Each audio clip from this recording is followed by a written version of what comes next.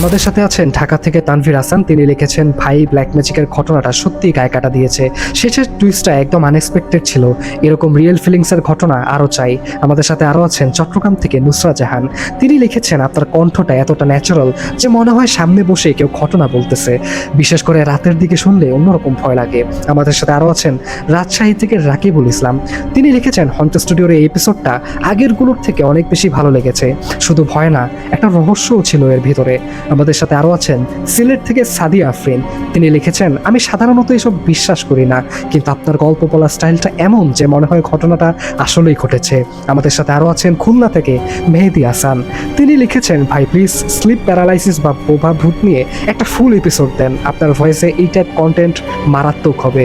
আমাদের সাথে আরও আছেন ফাহিম আহমেদ বরিশাল থেকে। তিনি লিখেছেন, শেষে যে সাউন্ড এফেক্টটা দিলেন হেডফোনে শুনে লিটারেলি চমকে উঠেছিলাম। প্রোডাকশন কোয়ালিটি অনেক ইমপ্রুভ করেছে। আমাদের সাথে আরও আছেন শুভ রয় রংপুর থেকে।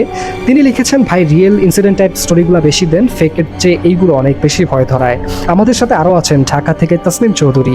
তিনি লিখেছেন, আপনার স্টোরিগুলোর একটা আলাদা ব্যাপার আছে।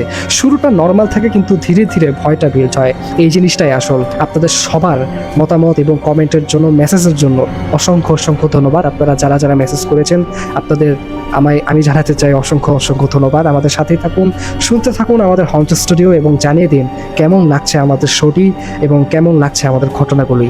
আপনার মেসেজ বা কমেন্ট আমি পড়ে শোনাবো। আজকের মতো এখানেই শেষ করছি। সবাই ভালো থাকুন, সুস্থ থাকুন এবং হন্ট স্টুডিওর সাথে থাকুন। আল্লাহ হাফেজ।